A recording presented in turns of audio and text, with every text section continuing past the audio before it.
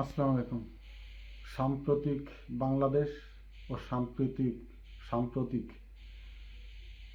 বিএনপির বক্তব্য, যে একটি রাজনৈতিক দল গণতন্ত্র পুনরুদ্ধার বলতে শুধু নিজেদেরকেই ক্ষমতা যাওয়ায় বোঝায়, আর কেউ ক্ষমতায় যদি যায় বা যাওয়ার পথেও হাঁটে, সেটা গণতন্ত্র পুনরুদ্ধার হবে না।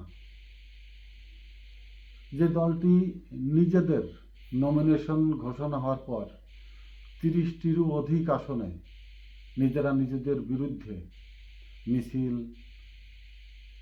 রাস্তা অবরোধ, ভাঙচুর, অগ্নিসংযোগ, বিভিন্ন কর্মকাণ্ডে লিপ্ত, যে দলটি নিজেদের আধিপত্য বিস্তার, ক্ষমতা প্রদর্শন, চাঁদাবাজি, ভাগ বাটোয়ারা, বিভিন্ন কারণে 150-রও অধিক নিজেদের কর্মী নিজেরাই হত্যা করেছে, যে দলটি বিগত দিনে ক্ষমতায় থাকতেও যে চরিত্র ছিল নিজেরা সারাদিন মারামারি, হানাহানি, খুনোখুনি, নিজেরা নিজেদের বিরুদ্ধে মামলা হামলা লিপ্ত, এখনও সেটা বিদ্যমান। এমন একটি রাজনৈতিক দল যাদের কেন্দ্রীয় যে কোনো কমিটি, উপদেষ্টা কমিটি বলেন, সম্পাদকীয় মণ্ডলী বলেন, সভাপতি মণ্ডলী বলেন, স্থায়ী কমিটি বলেন, কার্যকরী নির্বাহী কমিটি বলেন, যারা কোনোদিনও একত্রে বসে তারা কোরাম পোড়া করে কোনো সিদ্ধান্ত নিতে পারেনি, তেমন একটি রাজনৈতিক দল। এবং যে রাজনৈতিক দলটি বিগত 15 বছরে আন্দোলনের নাম শুধু বক্তৃতার মাধ্যমে সীমাবদ্ধ রেখেছে, মাঠে নাই, এমন একটি রাজনৈতিক দল শুধু সামাজিক যোগাযোগ মাধ্যমেই অ্যাক্টিভ।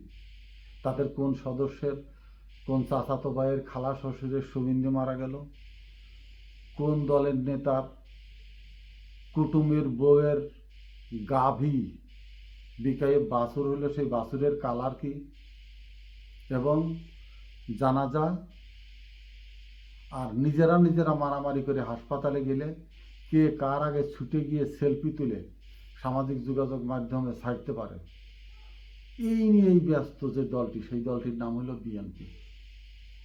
বিএনপির যে এই অবস্থা, যে কঠিন পরিস্থিতি, যেটা নিয়ে দলের শীর্ষ যতদিন ম্যাডাম খালেদা জিয়া সজাগ ছিলেন, কনসাস ছিলেন, তিনিও দ্বিধান্বিত ছিলেন বর্তমান দলের কার্যনির্বাহী কমিটির বিভিন্ন কর্মকাণ্ড নিয়ে। তারেক জিয়া কতটুকুন জানেন সেটাও আমি বোধগম্য নয়, কিন্তু ইদানিং তার বক্তব্যে একবার পরিষ্কার হয়ে গেছে যে বিগত দিনে ফজা পাগলা, রুমিন ফারহানা, ডাক্তার জাহেদ এবং আন্দোলন নিয়ে নিজেরাই সেই আন্দোলনকে শেখ মুজিবের মতো নাকে তেল দিয়ে ঘুমা তাজউদ্দিনকে বলেছিল, আমি হরতাল ডেকে দিয়েছি। এই আন্দোলনকে মিছামিছি পর্যবসিত করা, ধ্বংস করে দেওয়ার পিছনে যত নাটকীয়তার মঞ্চস্থ হয়েছে, সবই এখন মনে হচ্ছে সরাসরি তারেক জিয়ারই ইঙ্গিত ছিল এর পিছনে। না হলে তারেক জিয়া কেন এমন কিছু কথা বলবেন? তিনি কেন মুসলমানদেরকে জঙ্গিবাদের ইশারা ইঙ্গিত করেন? তিনি কেন এদেশের আলেম ওলামাদেরকে কটাক্ষ করে বলেন বেহেশতের টিকিট বিক্রি করতে? তিনি কোথায় শুনেছেন? কে তাকে বলেছে? একটি ভিডিও কি তিনি বাংলার মানুষের সম্মুখে তার আইডি থেকে প্রদর্শিত করতে পারবেন? তিনি যখন কথা বলেন ভার্চুয়ালি, তখন কি তিনি দেখাইতে পারবেন কোন উলামা, কোন মৌলানা বা কোন জামাতের বড় কোনো শীর্ষস্থানীয় নেতা, যে কোনো নেতাই হোক, যে কোনো মাপেরই হোক, তারা বলছে যে বেহেশতের টিকিট আমাদের হাতে আছে, আমরা বিক্রি করছি? দেখাতে পারবেন? এই যে উচ্ছিষ্ট কথা, সব কথা সব জায়গায় বসে বলা যায় না। ফুটপাতের বক্তব্য ফুটপাতেই হয়। এগুলি হলো তৃতীয় চতুর্থ শ্রেণীর যারা নেতা, যারা রাস্তার পাশে মিটিং ডেকে গণসংযোগ করে, তারা বলবে। কিন্তু তিনি একটি দলের শীর্ষ নেতা হয়ে বসে আর একটি দলের এইভাবে ক্রিটিজিয়াম সাইজ কথা বলা, বক্তব্য দেওয়া, এটা যে কত বড় নেতিবাচক প্রভাব ফেলে এটা কি তার বোঝার ক্ষমতা এখনো হয়নি? বোঝার কথা। 60 ঊর্ধ্ব, অর্থাৎ 64-65 বছর বয়স তার, এবং রাজনীতি করতে এসে রাজনীতির নামে আমি ভালোভাবে যেটা মানুষ বলে সেটাই বলি যে ভণ্ডামি গুন্ডামি করতে এসেছিল রাজনীতির নামে। সে তথাকথিত হাওয়া ভবনে তিনি যে পরিবেশ করে দলের একটি কুলাঙ্গার সদস্য হিসাবে আখ্যায়িত হয়েছিলেন, সেখান থেকে তো তার উত্তরণ হওয়ার কথা। আমরা তো ভেবেছিলাম তিনি জুলাই অভ্যুত্থানের সাথে আছেন এবং সংস্কারের পক্ষে কথা বলবেন, সংস্কারের মধ্যে থাকবেন। তাহলে এই যে রিসেন্ট নোট ছিল, সালাউদ্দিনের যে দাম্ভিকতা ছিল, সিনিয়র নেতাদের অবজ্ঞা করা ছিল, সালাউদ্দিনের যত ব্যক্তি বিহেভ থেকে শুরু করে কথাবার্তা সবই তাহলে তারেক জিয়ার উক্তি তাদের মুখ দিয়ে বের হচ্ছিল। তিনি যেটা বলতে পারছিলেন না, হয়তো তারা সাইলেন্ট হয়ে যাওয়ার জন্য এখন তারেক জিয়া নিজেই বলা শুরু করেছেন। নাকি তিনি এটা বুঝতে পেরেছেন শেষমেশ যে তারা বিএনপি দল এবার ক্ষমতায় যাচ্ছে না, ক্ষমতায় যাচ্ছে জামাত, যার জন্যই তার শেষ কামড় এটি। কিন্তু এটা তো হওয়া উচিত নয়। হাল ছেড়ে কেন দিতে হচ্ছে? তার বক্তব্যের মাঝে এই অসাহাত্যকে কেন পুঁজি করে রাষ্ট্রের অন্য একটি দল ফায়দা লুটবে, ক্ষমতা শিখরে যাবে? তার দুর্বলতা কি তার রাজনৈতিক দূরদর্শিতার অভাবে, নাকি এদেশ থেকে তার কাছে যে তথ্যপত্র যাচ্ছে এখানে কোনো গ্যাপ আছে বড় ধরনের? তিনি দেশে আসেননি ঠিক আছে, কিন্তু তার অ্যাট এ গ্লান্স থাকার মতো কিছুটা জ্ঞানলুব্ধ প্রসারতা থাকার প্রয়োজন ছিল, যেটা দিয়ে তিনি দর্পণ করতে পারতেন বাংলাদেশের সার্বক্ষণিক প্রতিনিয়ত ঘটে যাওয়া সব ঘটনাগুলো, পরিস্থিতিগুলো, মানুষ কি চায়, কি বলতে চাচ্ছে, কোন অবস্থায় আছে। তিনি যদি মনে করেন যে 15, 16, 17 বছর আগে তিনি যেমন বাংলাদেশকে রেখে গিয়েছিলেন, বাংলাদেশের মানুষের যে অবস্থা ছিল, মানুষের যে সেন্টিমেন্ট যে অবস্থা ছিল, রাজনৈতিক জ্ঞান মানুষের ভিতরে যে অভাব ছিল বা বুঝতো না, অশিক্ষিত, কুশিক্ষিত, মূর্খ, জ্ঞানহীন একটা জাতিতে রূপান্তরিত হয়েছিল, যে জাতিটা 15, 16, 17 বছরে সেই জাতিটা যে অনেক মেধার দিক দিয়ে, নাগরিক দায় দায়িত্বর দিক দিয়ে জ্ঞানবান, ধনবান, বুঝবান হয়ে উঠেছে।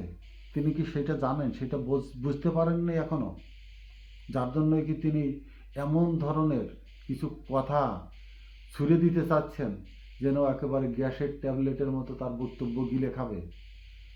কিছু হাদা গোদা ভোদার আমরা ওনার মোবাইলের ভার্চুয়ালি ক্যামেরার সামনে বসে থাকেন, ওনার দিকে মাথা ঝাঁকান, হা করে হা হা করেন, যা শুনছেন একেবারে কবুল কবুল করে বিয়ের পিড়িতে ঝাঁপিয়ে পড়েন। ওটা তো পুরো বাংলাদেশের চিত্র না। বাংলাদেশের চিত্র ধারণ করতে হলে, বুঝতে হলে সাধারণ মানুষের সাথে হয় সামাজিক যোগাযোগ মাধ্যমে থাক, অন্য কোনো প্ল্যাটফর্মে বাংলাদেশের একেবারে সাধারণ তৃণমূলের মানুষদের অনেক বক্তব্য, কথা তারা বলছে, এখন বলে, সেগুলোর দিকে তার কিছুটা হলেও দৃষ্টি দেওয়া প্রয়োজন ছিল। তিনি একটাই জিনিসই মনে প্রাণে এখনো বিশ্বাস করছেন যে গণতন্ত্র উদ্ধার বা উত্তরণ বা গণতন্ত্রের প্রতিষ্ঠা, তিনি বলেছেন নিজেও, শুধু একমাত্র বিএনপির দ্বারাই সম্ভব, আর কারো দ্বারা সম্ভব না। কিন্তু দেশে এবং গণতন্ত্র উদ্ধার বা দেশকে উন্নয়নের শিখরে মানুষের কর্মসংস্থানের একমাত্র দলই হচ্ছে বিএনপি, আর কেউ না। সেই একটি দল, যে দলের আমি আগেই বলেছি যে তারা কোন অবস্থার ভিতরে দিয়ে আছে, যারা নিজেদের কর্মীকে হত্যা করছে। এবং সম্প্রতি যে ঘটনাগুলো বিএনপি দ্বারা সংগঠিত হলো, ফুয়াদের উপরে, ব্যারিস্টার ফুয়াদের উপরে আঘাত, মিরেশ্বরায় জুলাই যোদ্ধাকে নিহত, আজকে হাদির এই গুলিবিদ্ধ করার থেকে এই যে কর্মকাণ্ডগুলা তিনি তফসিল ঘোষণার পর অত্যন্ত দাম্ভিকতার সাথে একটি ঘোষণা দিয়েছেন এবং সেখানে একটি শব্দ উচ্চারণ করেছেন যে গণতন্ত্রের উদ্ধারের জন্য যুদ্ধে ঝাঁপিয়ে পড়তে বলেছেন। তার যে ক্যাডার বাহিনী, তার যে শুটার বাহিনী, চাকু বাহিনী, রামদা বাহিনী, সেনী বাহিনী এদেশে কতটা ভয়ঙ্কর পরিস্থিতিতে ছিল এবং সেগুলো যে এখন আরও ভয়ঙ্কর রূপ ধারণ করে তিতিক্ষায় আছে তার এই নির্দেশের জন্য, সেটা কি উনি বুঝতে পারছেন? বাংলাদেশের মানুষ যে রাজনীতিতে খুনাখুনি, রাহাজানি দেখতে চায় না, বাংলার মায়েরা আর তাদের সন্তানকে হারাতে চায় না, বাংলার পিতারা তাদের সন্তানকে কর্মসংস্থানের মধ্যে ভবিষ্যৎ নিরাপদ দেশ গড়ে তাদেরকে সেই নিরাপদ স্থানে রেখে যেতে চায়।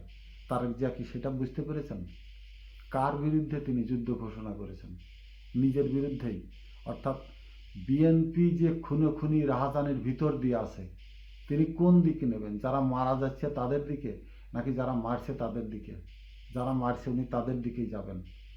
উনি অর্থশালীদেরকেই বেছে নেবেন, ক্ষমতাশালীদেরকেই বেছে নেবেন, যারা মানুষ মারতে পারে, মানুষ খুন করতে পারে, তাদেরকেই বেছে নেবেন। তিনি কি এটা জানেন যে তার একেবারে উপর থেকে নিচে সমস্ত কমিটিতেই 30-35-40 ভাগ আওয়ামী লীগ দ্বারা পরিবেষ্টিত হয়ে গেছে। আওয়ামী লীগের লোক দিয়ে তাদের কমিটি সাজাতে হয়েছে, গোছাতে হয়েছে।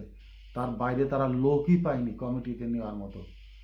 যদিও যারা পেয়েছিল প্রকৃত রাজনীতিবিদ, তাদেরকে সেখান থেকে পদস্খলন করা হয়েছে, সরিয়ে দিয়ে টাকার বিনিময়ে আওয়ামী লীগকে দিয়ে সেই সব জায়গা পূরণ করা হয়েছে। আওয়ামী লীগ ভিত্তিক বিএনপি তিনি কার বিরুদ্ধে যুদ্ধে ঘোষণা করলেন? কেন তিনি এই কথা বলতে গেলেন গণতন্ত্র পুনরুদ্ধার বা গণতন্ত্রকে প্রতিষ্ঠিত করবার জন্য বিএনপিকে যুদ্ধে ঝাঁপিয়ে পড়তে হবে? এই যুদ্ধে কে শহীদ হবেন? কার বিরুদ্ধে? যে সংস্কারের কথা বলছিল জুলাই আগস্টের যোদ্ধারা, জুলাই আগস্টের যোদ্ধা কিন্তু তথাকথিত এনসিপি বা গুটি কয়েক ছাত্র নেতা নন। তিনি যদি ওই সময়ের ভিতরে থেকে থাকেন, দেখবেন ঢাকার রাজপথ, তলি গলি শুধু মানুষ আর মানুষ। এই মানুষ কারা? আপনার বিএনপির লোক নয়, এই মানুষ এনসিপির লোক নয়, এই মানুষ জামাতের লোক নয়। এই মানুষই হলো তারা যারা পুরা বাংলাদেশের রাজনীতি বা ক্ষমতাকে নিয়ন্ত্রণ করে, কন্ট্রোল করে তারা। এবং এরা সময় পরিস্থিতির উপরে নিরীক্ষণ করে নিজেদের ভোট প্রয়োগ করে, কাদেরকে ক্ষমতায় আনবে, কাদের কাছে ক্ষমতা দিলে দেশ নিরাপদ।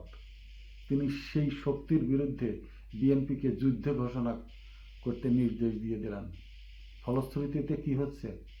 জুলাই যোদ্ধা, সংস্কারের পক্ষের লোক নিহত হচ্ছে, আহত হচ্ছে, ক্ষতিগ্রস্ত হচ্ছে।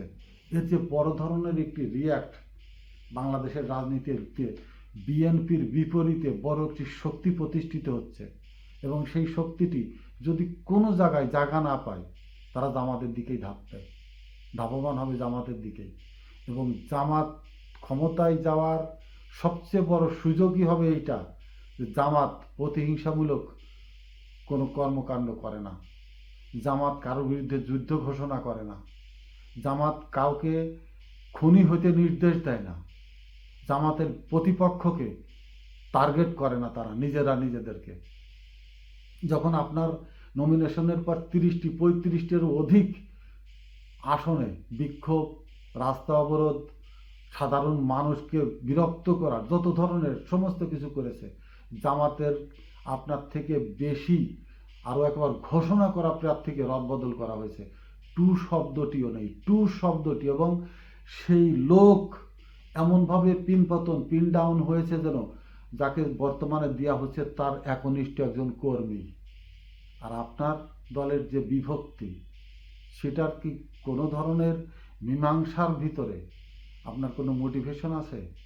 আপনি কি সেই ধরনের কোনো তদারকি করে পদক্ষেপ নিতে সক্ষম হয়েছেন? এই যুদ্ধের যতগুলো শহীদ হবে, এই যুদ্ধে যারা আবার আহত হবে, আপনার সেই যুদ্ধের বিপরীত যোদ্ধারা যারা ক্ষতিগ্রস্ত হবে, তাদের বিরুদ্ধে আপনি আসামি হবেন এবং এই সময়ের আরেকটি স্বৈরশাসক হিসাবে আপনি সেই স্বৈরশাসকের নেতা হবেন এবং স্বৈরশাসক হিসাবে ক্ষমতায় না গিয়েও আপনার দলই সেই কলঙ্কের মালা গলে তুলবে। আসসালামু আলাইকুম।